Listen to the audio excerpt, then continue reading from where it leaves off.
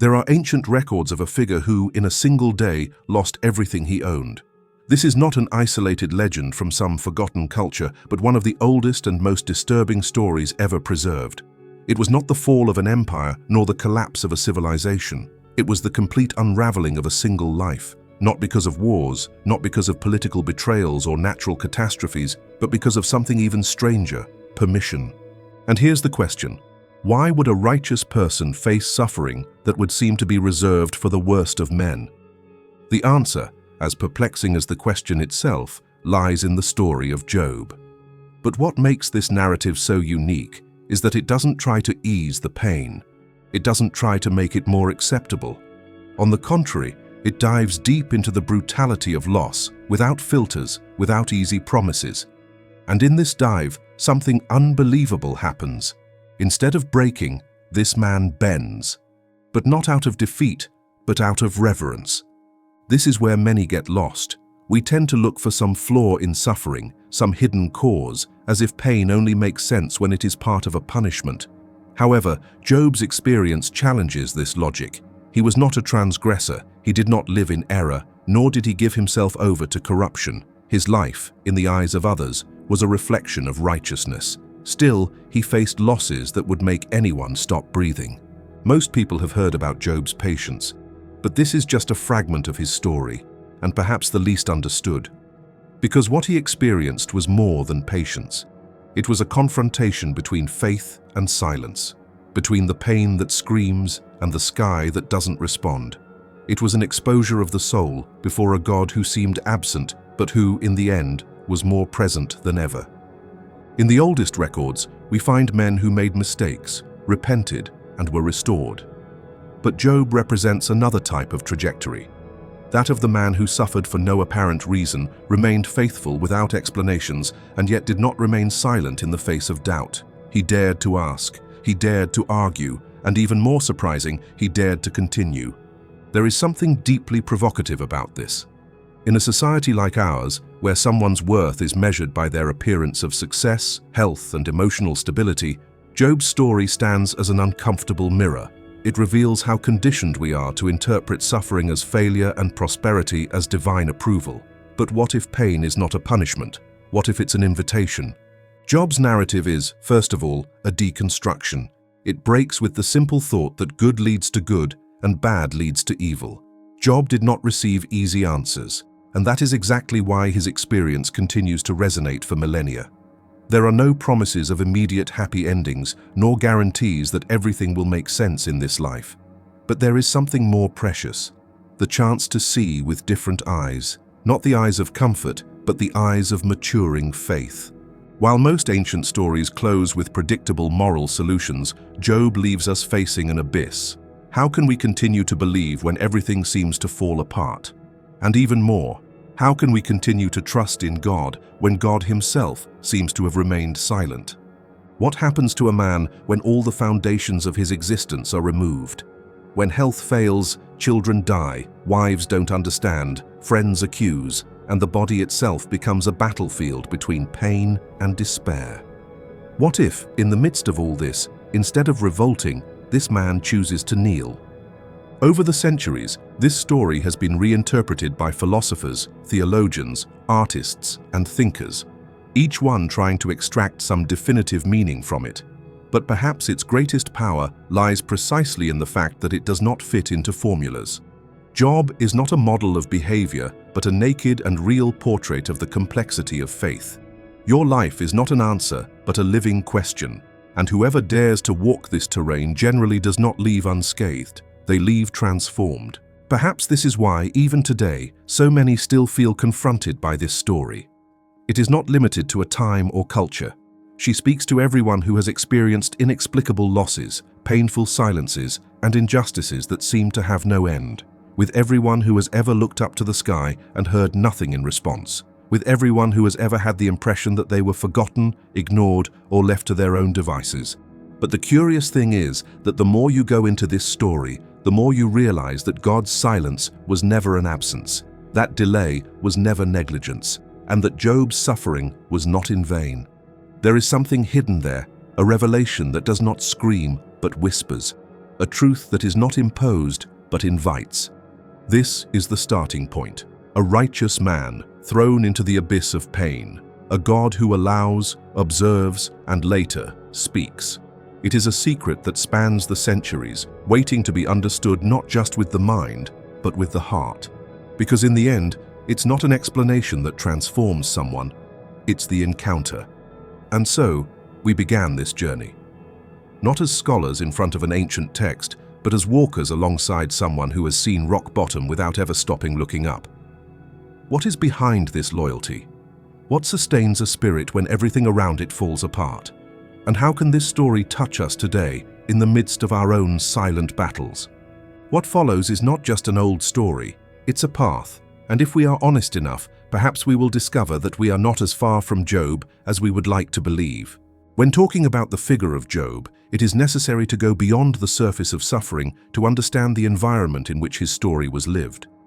The Bible informs us that he lived in the land of Uz, a region whose exact location is not precisely pinpointed, but scholars place it in the nearby areas of northern Arabia, perhaps between Edom and the Syrian desert. It was a land far from the great centers of the Hebrew world, which already reveals a singular aspect. Job was not part of the people of Israel, and yet his story has been incorporated into Scripture as one of the most profound expressions of true faith. This data alone breaks many expectations. The central character of one of the most dense narratives in Scripture was not Jewish, nor did he live under the Mosaic law. This indicates that their experience with God precedes the formal covenants made with Abraham and Moses. Job represents a model of relationship with the divine that is based on conscience, fear, and justice, principles that transcend ethnic identity or religious structure. It is believed that the events narrated in the book of Job took place during the so-called Age of the Patriarchs, a period that roughly covers the beginning of the second millennium BC until the end of it. This era includes the lives of Abraham, Isaac, Jacob, and Joseph, men who lived between the 20th and 18th centuries before the Christian era. There was still no temple, no sacrifices organized by tribes, nor a written law. The relationship between God and man was direct, marked by personal revelations and simple cults held on improvised altars in the fields. Job himself acted as priest of his house. He offered burnt offerings in favor of his children after the banquets they held, fearing that they might have, even unintentionally, committed some offense before God.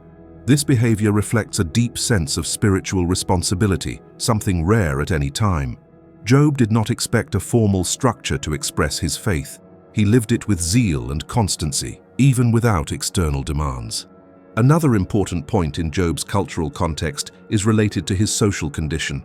He was an extremely wealthy man, possessing numerous herds, servants, and great local influence. The numbers presented in the biblical text, 7,000 sheep, 3,000 camels, 500 yoke of oxen, and 500 donkeys, reflect an impressive production structure for the time. In current terms, this would be equivalent to an agricultural empire. Having so many servants under his administration also indicates that Job was seen as a leader, perhaps even a respected judge or counselor.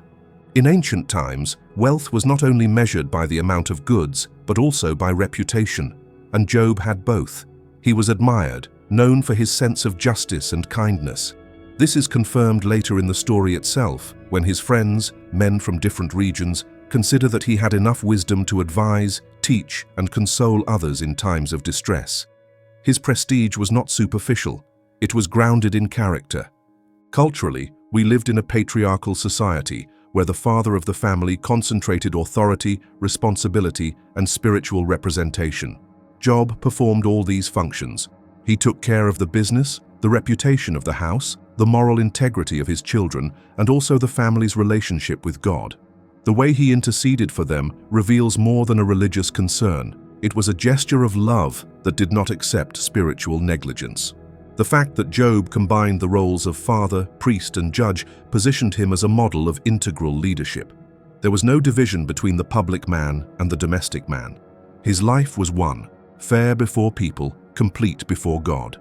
This internal coherence is what makes your story even more impactful, because when everything starts to fall apart, what we see is not just the ruin of a patriarch, but the collapse of an entire structure that he himself built with effort and righteousness.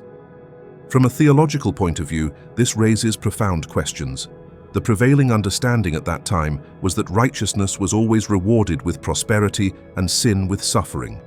This view, known as retributionism, was rooted in ancient cultures, including among the Hebrews. The logic was straightforward: the righteous live well, the wicked suffer. Job seemed to confirm this equation, until everything was taken from him. It is in this clash between expectation and reality that the book becomes revolutionary. The narrative is not interested in defending religious formulas. On the contrary, it seems to directly confront this collective belief, proposing a deeper, more complex, more sincere spirituality. Job suffers not because of a mistake, but because of a spiritual gamble that takes place outside his field of vision. This takes us to the heavenly setting, a dimension rarely described in so much detail in Scripture. In a kind of divine assembly, celestial beings appear before God, and among them is an opponent called Satan, a term that, in the original language, carries the meaning of accuser. He questions Job's integrity, insinuating that his devotion is self-serving, dependent on goods and divine protection. This excerpt presents one of the most daring theologies in the Old Testament. God is so confident in a man's fidelity that he allows him to be tested without explaining the reasons. There are no promises that Job will understand what is happening. There are no negotiations. Only one limit is imposed: your life cannot be taken. Everything else is left in the hands of the accuser. Culturally, this type of narrative breaks with the common idea of gods manipulating humans for entertainment. The God who appears here is not playing with Job. You are betting on his maturity, and that changes everything. Because, contrary to what one would expect, the story does not follow the path of punishment, but of revelation. It is not a narrative about guilt, but about trust. It is important to note that the book of Job is written in the form of poetry, with the exception of its beginning and end. This also makes it stand out among other biblical writings. Dialogues, laments, defenses, and even God's speech appear in verses, often with parallels typical of ancient Hebrew literature. This structure reveals that it is not just a historical record, but a literary work carefully crafted to provoke deep reflection. And she actually provokes, because the more we know about the scenario in which Job lived, the clearer the complexity of his situation becomes. He was a righteous man in a culture that valued justice. He was prosperous in an age that saw prosperity as a sign of divine approval. He was righteous in a society that exalted honor, and yet all of this was put into play. This historical, cultural, and spiritual background does not just serve as additional information. He is the basis on which the drama unfolds. Without understanding Job's world, his pain would be just a succession of tragedies. But by understanding his position, his reputation, and the beliefs of his time, the impact of his downfall becomes almost unbearable. And it is at this point that the text begins to delve deeper, not just into pain, but into what it reveals about what is inside the human being. The collapse of everything that supported Job's life began abruptly. The tragedies that befell him did not come with subtlety, nor with any kind of warning. There were quick, successive, lethal blows. In a matter of a few hours, what was once stability turned into desolation. One by one, messengers arrived bearing devastating news. The way this information was received, all of it in sequence, without time for mourning or any emotional reorganization, magnifies the dimension of the impact experienced. First came the flocks. Enemy troops attacked, took the animals, and killed the servants. Then, a kind of natural catastrophe consumed the sheep with fire falling from the sky. Then, other armed groups invaded the fields and stole the camels, again murdering the workers. And finally, the most brutal blow. Job's sons and daughters, gathered in a house, were swallowed by the force of a powerful wind that collapsed the structure and killed them. None escaped except the messenger who carried the news. This sequence was not random. It reveals a progressive degradation of what sustained Job's existence. First his possessions, then the people under his responsibility, and finally his children, the most precious inheritance that a man like him could have. It wasn't just about material loss. It was the deconstruction of his identity, piece by piece. Faced with this avalanche of pain, Job's reaction breaks any expected pattern. He does not give in to uncontrolled despair, nor does he look for blame around him. Instead, he tears his clothes, a symbol of deepest mourning, and bows in adoration. His words are disconcerting. "Naked I came from the womb, naked I will return. The Lord gave, and the Lord took away. Blessed be the name of the Lord." There is no superficial resignation here. There is awareness. There is a faith that does not depend on circumstances. It is essential to understand what is happening at this moment. Job is not just comforting himself with words. He is asserting a radically different worldview than that which dominated his time. While many saw prosperity as evidence of divine blessing, he recognizes that everything he possesses is transitory. There is no attachment. There is no requirement. There is reverence. However, the test was not yet complete. In a new scene in the celestial sphere, the accuser returns and insists that Job only remains firm because his physical integrity has been preserved. God, once again, authorizes him to be touched, but imposes a limit. His life must be maintained. Suffering would now affect his body. Job was stricken with sores that covered his entire skin. The descriptions indicate a serious illness with open lesions, unbearable itching, fever, and a bad smell. He sat in ashes with a piece of pottery in his hands, scraping his own body, isolated, despised, unrecognizable. The man who was once a reference of honor was now avoided by his former servants, abandoned even by his own image in the mirror. At this point, the narrative gains even more depth with the arrival of his wife. Instead of comfort, his words expressed a pain that had turned into hopelessness. She urges him to abandon his integrity and curse the God who, in his perception, allowed such destruction. But Job's response reveals once again the solidity of his faith. He does not confront her aggressively, nor does he accuse her. He simply states that one cannot accept only good from God and reject evil. This phrase, although it seems simple, carries a profound theological concept. Divine sovereignty does not depend on human understanding. In this scenario, 3 of Job's friends arrive, men who, upon learning of his condition, cross great distances to see him. When they see him, they can barely recognize him. They sit beside him for 7 days and 7 nights, in absolute silence. This gesture in itself is loaded with meaning. It was a custom among the people of the ancient East to show solidarity with the suffering of others through silent presence. Silence was a sign of respect, not abandonment. During these days, there are no speeches, no attempts to explain what happened, just sharing the suffering.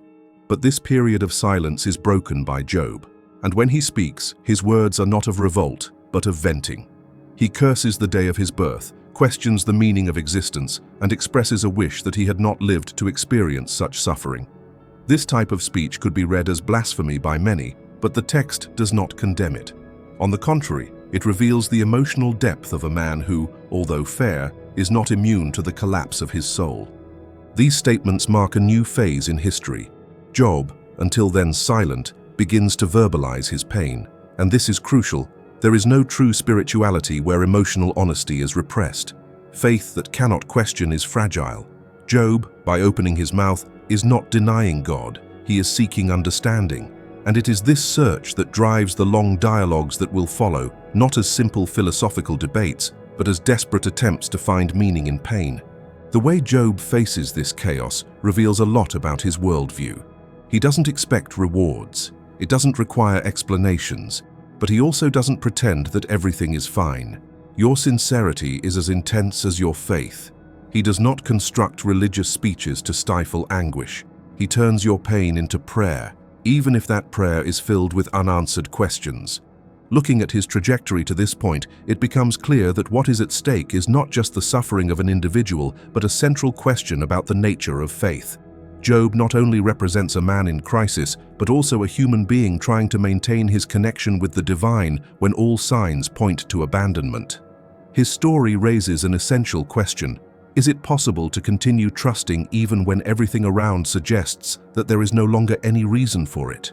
This tension deepens as dialogues with friends develop. But before that, there is something that cannot be ignored. Even immersed in his pain, Job does not abandon the search for meaning. He does not turn his experience into blind bitterness. On the contrary, he faces his condition with the courage of someone who is not afraid to confront the invisible. Because for him, God is not just a concept. It is a presence that, although silent, remains the focus of your attention. If this message is speaking to you so far, write Amen in the comments. It's a way of showing that you're following along and that this story is also making you reflect. This is the setting in which the real battle is being fought. Not in the fields, not in the courts, but within your own heart. Job faces more than illness or grief. He faces the possibility of living without answers, of maintaining loyalty even when everything seems unfair. His life then becomes a space of tension between the visible and the invisible, between what was lost and what remains. And that's exactly where your story stops being just yours. Because at some level, every human being, sooner or later, finds themselves faced with this same dilemma. How to continue when logic fails? How can we not fall apart when life slips through our hands? Job's experience, marked by pain, silence, and the search for answers, was not written just to provoke astonishment at the magnitude of his losses. It serves as a mirror that reflects, with uncomfortable precision, the most intimate dilemmas any human being can face when faced with a lack of control. And one of the first lessons that emerge from this man's trajectory is that faith does not depend on the absence of suffering. On the contrary, it is tested precisely at moments when the paths become obscure. Amid the ashes of everything he lost, Job reveals that trust in God is not built on guarantees. There are no promises of protection against all tragedies. There are no pain-free clauses for those who live with integrity. What exists is an inner commitment to what one believes, even when everything around contradicts that conviction. This kind of faith is not sentimental. It relies on something deeper than emotion. It is born from consciousness. Another teaching that stands out is the freedom with which Job expresses his distress. He doesn't censor himself. Don't try to cover up your sadness with catchphrases or idealized behaviors. He speaks sincerely. He hurts whoever it hurts. And this teaches us something vital. Authentic spirituality is not made of masks. It is built with honesty. God does not require emotional performances. He hears the real scream, the legitimate doubt, and the raw confession. In Job's journey, there is a moment when he states that he wanted to argue with God as a man argues with his fellow man. This phrase, far from being disrespectful, shows that Job did not want to maintain a superficial relationship. He wanted to understand. I wanted closeness, not just distant reverence. This leads us to an essential aspect of spiritual life. True intimacy with the Creator presupposes freedom to ask, to question, and to tell the truth of what one feels. How many times, out of fear or convention, do we silence the questions we carry in our chests? How many prayers become empty monologues because we are afraid to demonstrate the restlessness that lives within us? Job shows us that spiritual maturity is not in avoiding questions, but in sustaining them with faith. He didn't get quick answers, but his persistence in dialoguing with the divine reveals that the relationship was alive, even when it seemed silent. It is also notable that even when everything was taken from him, Job did not abandon his sense of justice. He maintained his integrity before himself, before others, and before God. This commitment to inner truth is a powerful lesson for times when it is tempting to adapt to pain with cynicism or self-pity. Job could have used his suffering as justification for giving up everything. He could have become bitter, vengeful, or indifferent. But he chose to remain true to what he always believed was right. This loyalty, however, did not stop him from feeling anger, nor from wishing that his life had ended before he had known such sadness. And it is exactly in this paradox that the strength of his spirituality lies. He was faithful, but he was not immune to anguish. It was fair, but it was also humane. This combination is what makes it a real example. Not idealized, not untouchable, but deeply close to anyone who has ever faced nights too long to be borne in silence.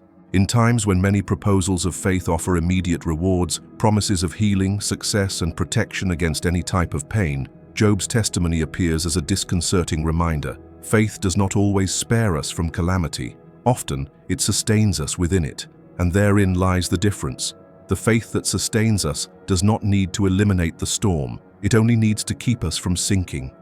Another practical reflection is the way Job deals with emotional abandonment. When his wife questions his integrity and his friends begin to insinuate that he may have deserved what he is suffering, Job does not shut down. He responds, argues, but continues dialoguing. This teaches us about the importance of not letting the harsh words of others define our worth. Even in fragility, it is possible to preserve dignity. Interactions with friends also show the limitations of well-intentioned but poorly implemented advice. Job listens to them, but realizes that they are more concerned with defending their ideas than with embracing his pain. This situation raises a warning. Not all help is useful. Sometimes ready-made speeches only add to the weight of suffering. True comfort requires empathy, not explanations. Therefore, one of the great spiritual lessons of the book is about silence. The silence that his friends maintain in the first 7 days is, paradoxically, the moment in which they fulfill their role most. Because there are pains that don't need answers, they just need company. Being at the side of those who suffer, without trying to resolve the suffering, is a gesture of deep compassion. And often, that's all you can offer. Another point that deserves attention is the way Job refuses to deny his innocence just to satisfy the logic of others. His friends insist that he must have made a mistake, that he is reaping the consequences of hidden acts. But Job knows his own story. He doesn't lie to get rid of the pain, nor does he accept accusations just to alleviate other people's discomfort. This integrity in the face of pressure reveals a character shaped not by convenience, but by convictions. And this brings us an extremely practical reflection. In times of crisis, what sustains us are not the immediate results, but the foundations of what we believe in. Circumstances change, people fluctuate, but inner coherence is what keeps us standing when everything else seems to fall apart. Job no longer had his children, nor his possessions, nor his health, but he was aware of what he was, what he believed, and who he related to. This awareness, far from being arrogance, is the basis of confidence. This is not empty self-affirmation, but spiritual memory. Job knew where his faith came from. I knew the path I had taken, and even when the ground fell beneath his feet, he did not forget who he had entrusted his story to. This type of memory is what allows a person to continue, even when everything says it's best to stop. Ultimately, Job's suffering was not an empty experience. It was a space where his faith stopped being theoretical and became concrete, where spirituality stopped being built on visible blessings and started to be sustained by a trust that survives silence. This faith, which does not need explanations to continue existing, is the greatest legacy that Job's story offers. When going through Job's narrative, it is inevitable to find points that raise questions, not only because of the intensity of the pain described, but because of the enigmatic elements that surround it. These are details that, when observed carefully, open windows to surprising aspects of tradition, theology, and even human psychology. One of the most intriguing points is right at the beginning of the story, the heavenly meeting in which an accuser appears before God. This scene raises many questions. Who is this character who has access to the Creator? Why are your words taken into account? And even more perplexing, why does God seem to accept his proposal? The Hebrew term used for this opponent is Hey Satan, which does not appear here as a proper name, but as a title. It means the adversary, or the accuser. It is a function, not a demonic identity, as it would be associated in later times. This character acts as an inspector of morality, someone who tests the consistency of the righteous, testing the authenticity of their devotion. This understanding changes the focus of the story. We are not facing a clash between absolute good and absolute evil, as in Manichaean narratives. What presents itself is a moral challenge. Is Job's faith true, or does it depend on the privileges he received? It is as if the universe stops to watch this doubt unfold, and the protagonist, unknowingly, becomes the center of a silent spiritual investigation. This scenario brings to light a delicate theological controversy: divine permission for suffering. Many readers are faced with discomfort when they realize that it was not the enemy who started the conversation about Job, but God himself. He is the one who highlights his servant as an example of righteousness. This creates a tension that is difficult to ignore. Suffering is not just tolerated, but in a sense, authorized. How can we reconcile this idea with the image of a just and compassionate God? Some scholars understand this excerpt as a narrative constructed with the aim of presenting a limit scenario, almost like an expanded parable. In this case, what is at stake is not the literal performance of spiritual beings in a divine court, but the exposure of an invisible reality, the internal struggle between interest and integrity. Job is the character chosen to show that it is possible to love God for who he is and not just for what he gives. Other interpreters, in turn, argue that Job's text represents a kind of transition within the theology of the Old Testament. While previous books reinforced the idea of immediate retribution, in which the righteous prosper and the wicked fail, the Book of Job confronts this notion in a radical way. He does not deny that God is just, but he challenges the simplicity with which this justice was interpreted. This tension is visible in the speeches of Job's friends. Each of them represents an attempt to save the logic of retribution. For them, if there is suffering, then there must be guilt. Suffering, in this logic, needs someone to blame. And because Job insists on his innocence, they conclude that he is even more guilty because he is refusing to acknowledge his fault. It's a cycle that imprisons. If you suffer, it's because you made a mistake. If you do not recognize your error, your sin is even greater. This thought is not far from what many people still experience. In many religious traditions, pain is seen as punishment and prosperity as spiritual reward. The story of Job calls this view into question. It forces us to face the possibility that pain, although real, is not necessarily the result of personal transgressions. There are also poetic and literary aspects that carry curiosities. The book is structured in the form of Hebrew poetry, with parallels, rhythm, and stylistic resources that point to careful elaboration. This does not diminish the authenticity of the events, but it highlights that the author, or authors, wanted to provoke deeper reflection than a simple factual account would allow. Another point that is rarely commented on is the time in which the story took place. Being before the Mosaic period, Job does not fit into the covenants or promises made to the people of Israel. This gives the text a singular universality. He talks about the human experience of suffering without depending on an ethnic identity or a specific religious system. Job's spirituality arises from conscience, not from commandments. Its integrity arises from a direct relationship with the Creator, not from standards imposed by third parties. This theological freedom also raises another controversy. Why is Job included in the biblical canon if he is not part of the lineage of Israel? The answer may lie precisely in the power of your story. He is proof that God reveals himself beyond cultural borders and formal systems of religion. His life testifies that true faith can flourish even where there is no temple or organized priesthood. It is also curious that God, when responding to Job later, does not offer explanations. There is no revelation of what happened in the spiritual sphere. Job never discovers that his pain was caused by an invisible challenge. And this omission is intentional. She shows us that the answer to suffering is not in logic or reason, but in the encounter with the reality of God. When the Creator finally speaks, he doesn't justify anything. He just shows the grandeur of creation and invites Job to realize his smallness in the face of the universe.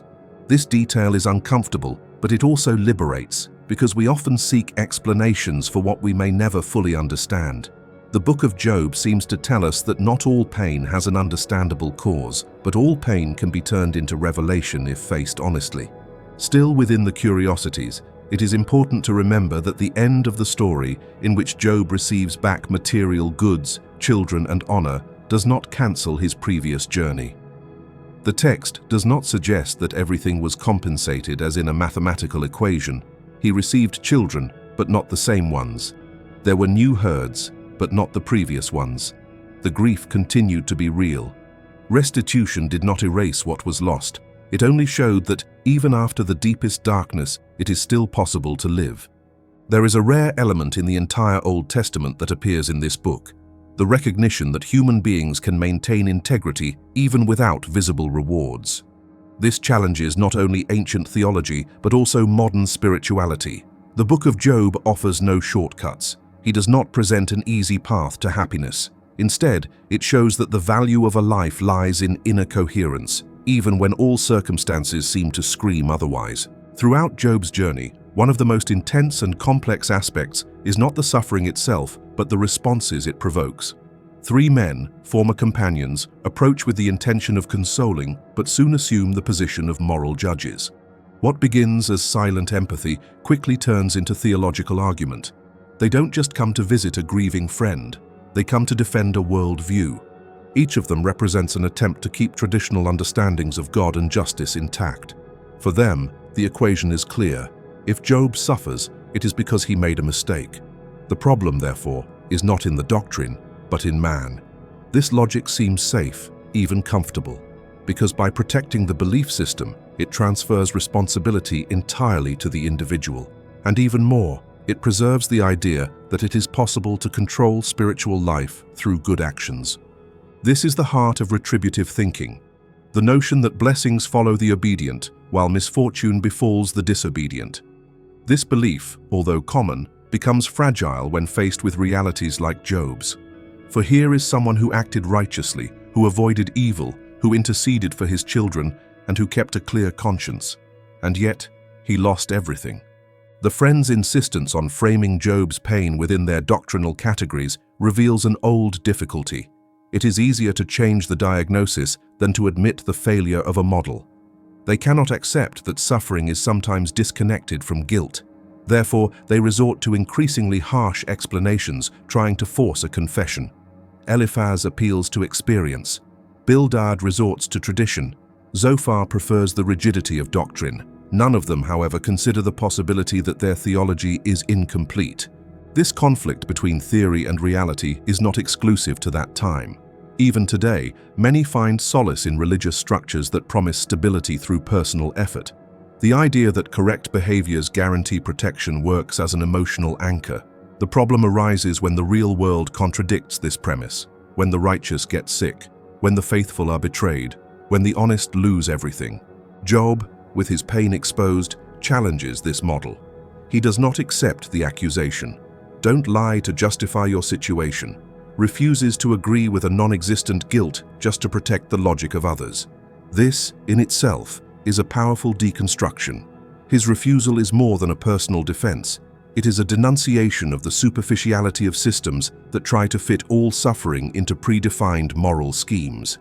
This tension becomes even more evident with the arrival of Elihu, a young observer who until then had remained silent. When he decides to speak, his approach is different. He recognizes that his friends failed, but also criticizes Job's stance for justifying himself excessively. For Elihu, suffering can have purposes other than punishment. It can be correction, refinement, a call to repentance, or even a means of revelation. His vision broadens the debate, introducing a new category, the pedagogy of suffering. This is where the theology of the book begins to expand. Pain is no longer seen just as punishment and starts to be seen as a tool, not to teach that one must suffer to learn, but to show that not all suffering is a sign of failure. Sometimes it serves to expose that which would otherwise remain hidden. Job had no pride, but he began to see dimensions of existence that he was previously unaware of. And this perception completely transforms the relationship between faith and suffering. Elihu's speech sets the stage for the most impactful moment of the narrative, when God himself decides to intervene. But what is surprising is not just the fact that God speaks, it is the content of the speech. There are no explanations for the events. There are no justifications for the losses. Instead, there are questions, lots of questions, about the sea, the wind, the skies, the wild animals, time, birth, and life. God, when speaking, does not reveal the reason, but reveals himself. This divine choice is loaded with meaning. The revelation is not in offering answers, but in presenting presence. What Job receives is not a spiritual report with the causes of his suffering. He receives an encounter with the Creator, a confrontation with the reality of existence that transcends its logic. And this is where traditional theology collapses, because it is no longer about understanding God, but about recognizing that He is infinitely greater than we can understand. This episode forces any reader to review their categories. The figure of God that emerges from this encounter is not that of a bureaucratic judge who rewards and punishes in a predictable way. It is that of a sovereign being who acts beyond the borders of human rationality. This does not mean that God is arbitrary. It means He is free. Free to love, to allow, to act without fitting into our mental schemes. For many, this image is disconcerting because they prefer a predictable God to a living God. They prefer laws that guarantee security to a presence that requires trust. But the book of Job offers no such reassurance. It offers in its place something deeper, an invitation to humility, a call to kneel not before explanations, but before a mystery that sustains everything that exists. And this is where faith is reconfigured, no longer as a contract between parties, but as a delivery, not as a barter system, but as a relationship based on trust. Job, upon hearing the divine voice, does not understand the reasons for his pain, but he understands that his vision was limited, and that's enough, because mature faith doesn't need to control, it learns to rest. At the end of this process, your friend's rigid beliefs prove insufficient. God himself rebukes them, declaring that they spoke wrongly. In contrast, Job, who dared to question, is accepted. This definitively dismantles the idea that spirituality is blind submission. The book teaches that it is possible to doubt without ceasing to believe. That sincerity can be more valuable than apparent orthodoxy. That is the impact of the story. It does not invite us to repeat correct phrases, invites you to live truthfully. And in this process, many certainties need to be left behind, because there are times when the most honest theology is silence, and the deepest prayer is the question that has not yet found an answer. After a long silence filled with questions, accusations, reflections, and declarations of faith under pressure, the most unexpected moment happens. God speaks. But the way he manifests himself does not follow any logical expectation. He does not provide detailed explanations, nor does he present justifications for the events that occurred. There is no review of the facts, no defense of his decisions. What you hear is a series of questions, and these questions, far from confusing, have the power to enlighten. Job had cried out for a meeting. He desired to place his arguments before the Creator. I wanted to understand, discuss, and even contest. But when this meeting finally happens, everything changes. Because what he finds is not a court, it's a whirlwind, a presence that carries within it the strength of creation and the delicacy of mystery. God speaks of the sea, the constellations, the birth of animals, the cycle of the seasons, the beauty of the heavens, and the indomitable creatures. He does not talk about Job's suffering, but he reveals the grandeur of what he governs. This is the most profound turning point in the narrative, not because it resolves previous conflicts, but because it changes the place from which Job sees them. Transformation happens not because of an answer, but because of revelation. God presents himself not as a concept, but as a living reality. Job, who previously knew the divine through stories and traditions, now sees it with his own eyes. And this experience changes everything. Your response is not a demand, nor a continuation of the debate. It's a recognition. He declares that he spoke about things he did not understand, about mysteries that were beyond his understanding. Admit your limitations, but not with resentment, with reverence. And what he says next is the culmination of his journey. Before I knew you by hearing, but now my eyes see you. This moment marks the complete reconfiguration of Job's experience of faith. He did not become someone who understood all aspects of life. He became someone who found the essential thing, the presence of God, even in the midst of chaos. This presence did not erase the past nor reverse the pain, but it brought new clarity. It brought a kind of peace that doesn't depend on answers. It brought meaning. It is important to highlight that this meeting did not eliminate the pain experienced. The lost children were not replaced. The memory of the illness has not disappeared. What changed was the perspective. Job did not come out of suffering with the same lenses he entered it with. He began to see from the inside out and no longer from the outside in. The pain, previously incomprehensible, was now a space for revelation. This transformation cannot be summarized as an emotional moment. It was a change of consciousness, a spiritual maturity that led him to another type of relationship with God. Trust is no longer dependent on favorable circumstances. Worship is no longer conditioned by comfort. Spirituality became free because it no longer needed to be rewarded to exist. In this new stage, Job finds a freedom that few understand. He is no longer tied to the logic of exchange. He does not seek to please God to get something in return. He gives himself simply because he recognizes who God is. This form of faith cannot be manipulated because it is not based on the result. It is a delivery that arises from the encounter and not from expectation. This is a vital point for understanding the depth of the text. Spirituality is often experienced as a path of accumulation, of knowledge, of merits, of blessings. But here, Job teaches us that true growth happens when we lose ourselves, when all external references are removed, and yet there is something inside that resists, something that continues to look up. The journey that brought him to this point was painful, confusing, and full of silences. But she was not in vain, because she led him to the place where faith stops being speech and becomes experience, where God stops being an idea and becomes a presence, where the soul finds rest not in the absence of afflictions, but in the certainty that it is not alone. This transformation also affects the way you relate to others. After his encounter with God, Job does not hold resentment towards his friends. He does not demand retractions or retaliation. On the contrary, when God rebukes them for not speaking correctly, it is Job's intercession that brings reconciliation. He prays for them, and this attitude reveals that his transformation was not only spiritual, but also emotional. He left more whole than he entered, even if marked. In many ways, this part of the story is the most challenging, because it shows that spiritual maturity does not remove scars, but it also shows that brands can become signs of depth, not weakness. Job is not a defeated man. He's a molded man. The pain didn't destroy him. It shaped him towards a broader view of existence. It is at this point that the story stops being just about a man from the past. She becomes a mirror for those who walk through pain, trying to keep their faith alive. Because there are times when all we expect from God is an explanation, but what he offers is something better, himself.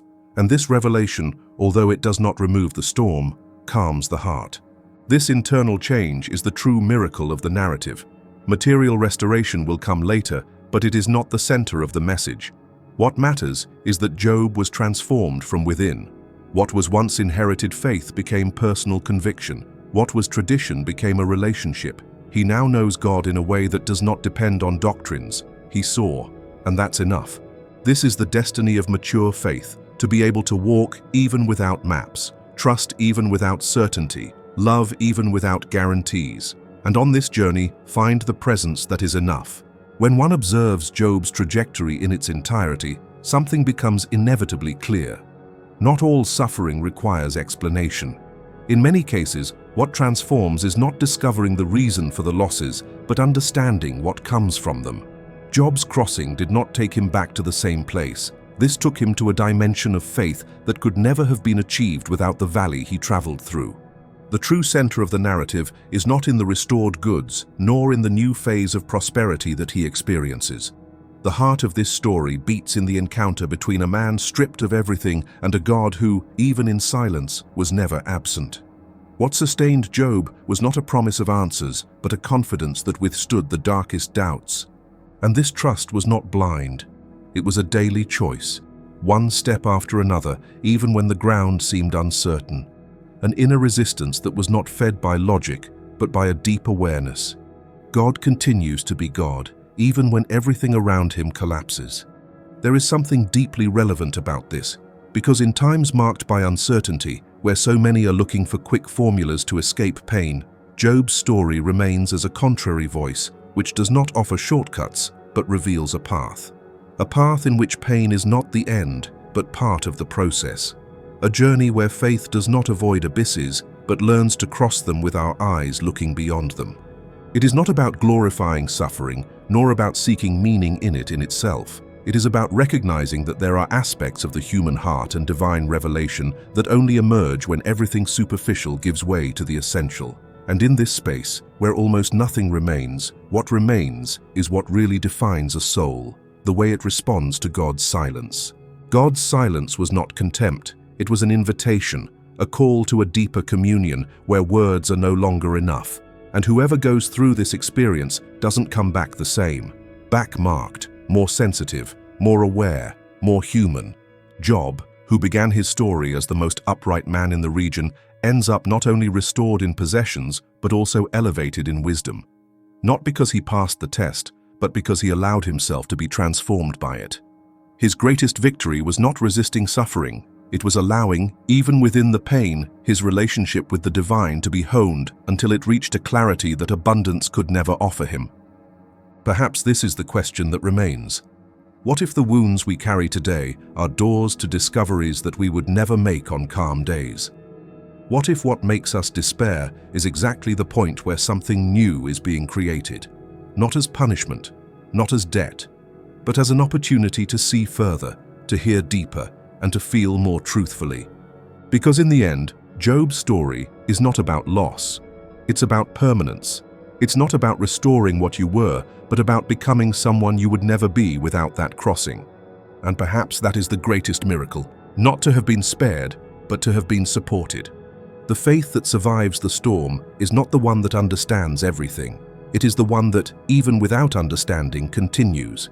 And when this faith resurfaces after the silence, it no longer needs guarantees, because she saw it. And anyone who has seen it, even if just once, never forgets it. If you enjoyed the content and want to support our work so we can continue to bring you more research and in-depth analysis, please consider making a donation of any amount.